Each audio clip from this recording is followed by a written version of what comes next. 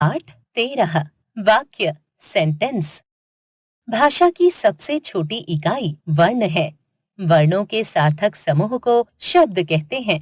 शब्दों के सार्थक समूह को वाक्य कहते हैं। शब्दों का जब वाक्य में प्रयोग होता है तो वे पद कहलाते हैं। वाक्य के सभी पद मिलकर वाक्यों में उद्धृत कथन का भाव स्पष्ट करते हैं। आम राजा है फलों का। सविता गा रही है गाना। दीपांशु चित्र रहा बना है।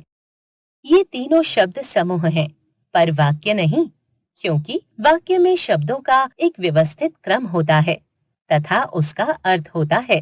वाक्य में प्रयुक्त सभी शब्द व्याकरण के नियमों से बंधे होते हैं। इन वाक्यों में ऐसा नहीं है। आम फलों का राजा है। सविता गाना गा रही है। दीपांशु चित्र बना रहा है। अब ये वाक्य सार्थक हैं, क्योंकि ये एक निश्चित अर्थ को प्रकट करते हैं। सार्थक पदों का वह समूह जो पूर्ण अर्थ और भाव को स्पष्टतः अभिव्यक्त करे वाक्य कहलाता है। वाक्य के अंग। मोर पंख फैलाकर नाच रहा है। मेरा भारत विशाल है। आस्था पत्र लिख रही है। वाक्य के अंग। वाक्य, उद्देश्य सब्जेक्ट, विधेय प्रेडिकेट। ए उद्देश्य। वाक्य में जिसके बारे में बताया जाए उसे उद्देश्य कहते हैं। इसके अंतर्गत वाक्य का कर्ता और कर्ता विस्तार उद्देश्य होते हैं। 2. विधेय। वाक्य में उद्देश्य के बारे में जो कुछ कहा जाए उसे विधेय कहते हैं। उद्देश्य, विधेय। मोर पंख फैलाकर नाच रहा है। आम फलों का राजा है। सविता गाना गा रही है। दीपांशु चित्र बना रहा है। मेरा भारत विशाल है। आस्था पत्र लिख रही है। ए वाक्य के प्रकार, काइंड ऑफ सेंटेंसेस। अर्थ की दृष्टि से वाक्य के प्रकार। ए विधानवाचक वाक्य, असर्टिव सेंटेंस। 2 निषेधवाचक वाक्य, निगेटिव सेंटेंस। 3 प्रश्नवाचक वाक्य, इंटेरोगेटिव सेंटेंस। 4 इच्छावाचक वाक्य, इलेटिव सेंटेंस। 5 संदेहवाचक वाक्य, इंडिकेटिंग डाउट सेंटेंस। 6 संकेतवाचक वाक्य, कंडीशनल सेंटेंस। 7 आज्ञावाचक वाक्य, इंपेरेटिव सेंटेंस। 8 विस्मयवाचक वाक्य, एक्सक्लेमेटरी सेंटेंस। ए विधानवाचक वाक्य। जिन वाक्यों में क्रिया के करने या होने का सामान्य कथन हो उसे विधानवाचक वाक्य कहते हैं। पृथ्वी गोल है। मानसी सो रही है। चंद्रमा पश्चिम में उदय होता है। 2 निषेधवाचक वाक्य। जिन वाक्यों में बात के न होने का बोध हो उसे निषेधवाचक वाक्य कहते हैं। मैं चल नहीं सकती। बोतल में पानी नहीं है। अभी सूर्योदय नहीं हुआ। 3 प्रश्नवाचक वाक्य। जिस वाक्य में प्रश्न किया जाए उसे प्रश्नवाचक वाक्य कहते हैं। आपका नाम क्या है? मोहन कहाँ जा रहे हो? माँ थैले में क्या है? 4 इच्छावाचक वाक्य। जिस वाक्य से इच्छा या आशा के भाव का बोध हो उसे इच्छावाचक वाक्य कहते हैं। दीर्घायु हो पुत्र। तुम्हारी यात्रा मंगलमय हो। जन्मदिन की बधाई हो। 5 संदेहवाचक वाक्य। जिस वाक्य से संदेह का बोध हो उसे संदेहवाचक वाक्य कहते हैं। शायद आज वर्षा हो। संयम शायद घर पर है। हम कल मिलेंगे या नहीं। 6 संकेतवाचक वाक्य। जिस वाक्य में एक क्रिया का होना दूसरी क्रिया पर निर्भर करता हो उसे संकेतवाचक वाक्य कहते हैं। वर्षा होती तो फसल अच्छी होती। यदि तुम मेहनत करते तो अवश्य सफल होते। सूरज निकलता तो कपड़े जल्दी सूख जाते। 7 आज्ञावाचक वाक्य। जिस वाक्य से आज्ञा, उपदेश अथवा आदेश देने का बोध हो उसे आज्ञावाचक वाक्य कहते हैं। नैना बैठ जाओ। आप कल अवश्य आना। शांत होकर पढ़ो। 8 विस्मयवाचक वाक्य। जिन वाक्यों से हर्ष, शोक, भय, घृणा, विस्मय आदि मनोभाव प्रकट हों उन्हें विस्मयवाचक वाक्य कहते हैं। आहा, हम मैच जीत गए। हाय, हम तो लुट गए। छी, कितनी बदबू है। 2. रचना या बनावट की दृष्टि से वाक्य के प्रकार।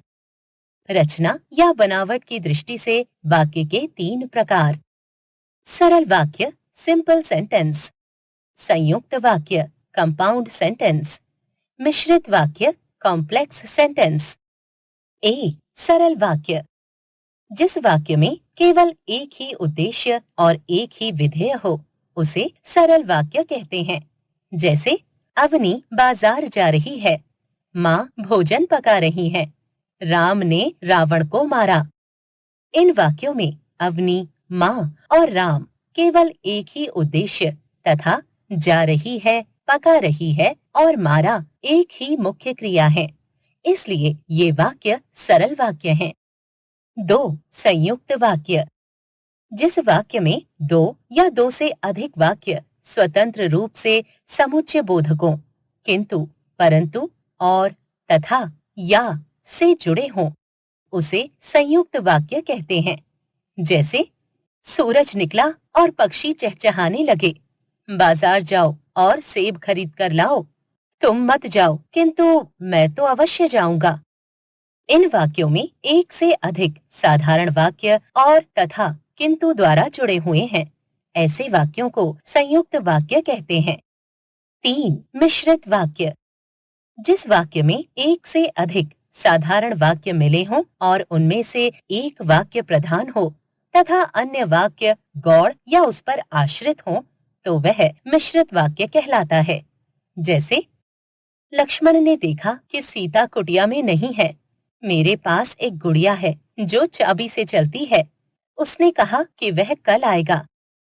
इन वाक्यों में लक्ष्मण ने देखा, मेरे पास एक गुड़िया है तथा उसने कहा प्रधान वाक्य है, क्योंकि उनके साथ के वाक्य सीता कुटिया में नहीं है जो चाबी से चलती है तथा वह कल आएगा अपने अर्थ के लिए उन पर आश्रित हैं। ऐसे वाक्यों को मिश्रित या मिश्र वाक्य।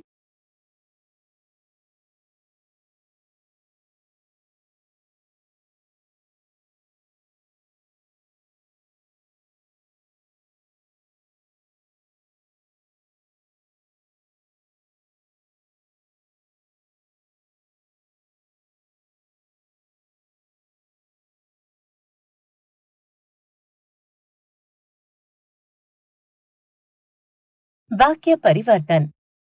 1. सरल वाक्य से मिश्रित वाक्य बनाना।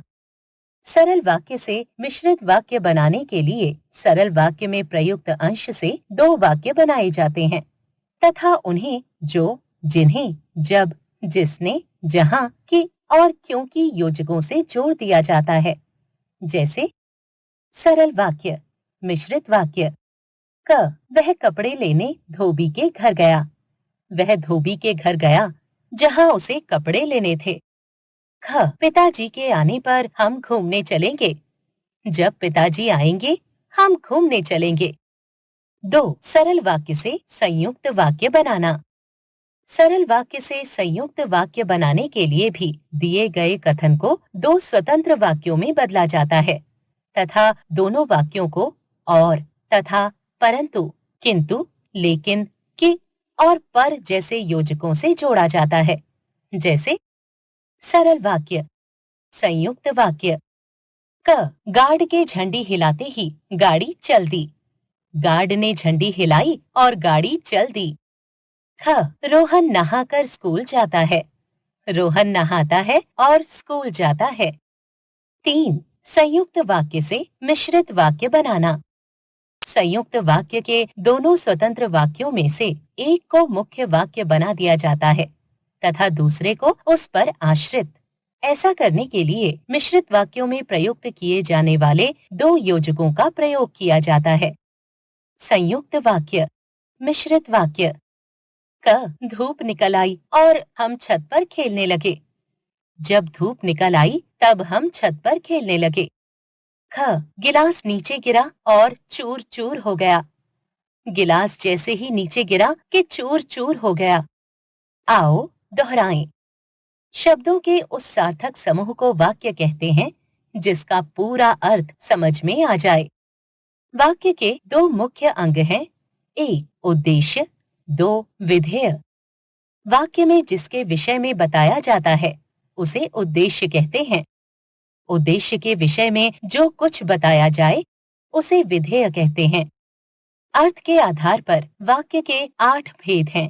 एक विधानवाचक वाक्य, दो निषेधवाचक वाक्य, तीन प्रश्नवाचक वाक्य, चार इच्छावाचक वाक्य, पांच संदेहवाचक वाक्य, छह संकेतवाचक वाक्य, सात आज्ञावाचक वाक्य, आठ विस्मयवाचक वाक्य। रचना के आधार पर वाक्य 3 प्रकार के होते हैं। एक सरल वाक्य, दो संयुक्त वाक्य, तीन मिश्रित वाक्य।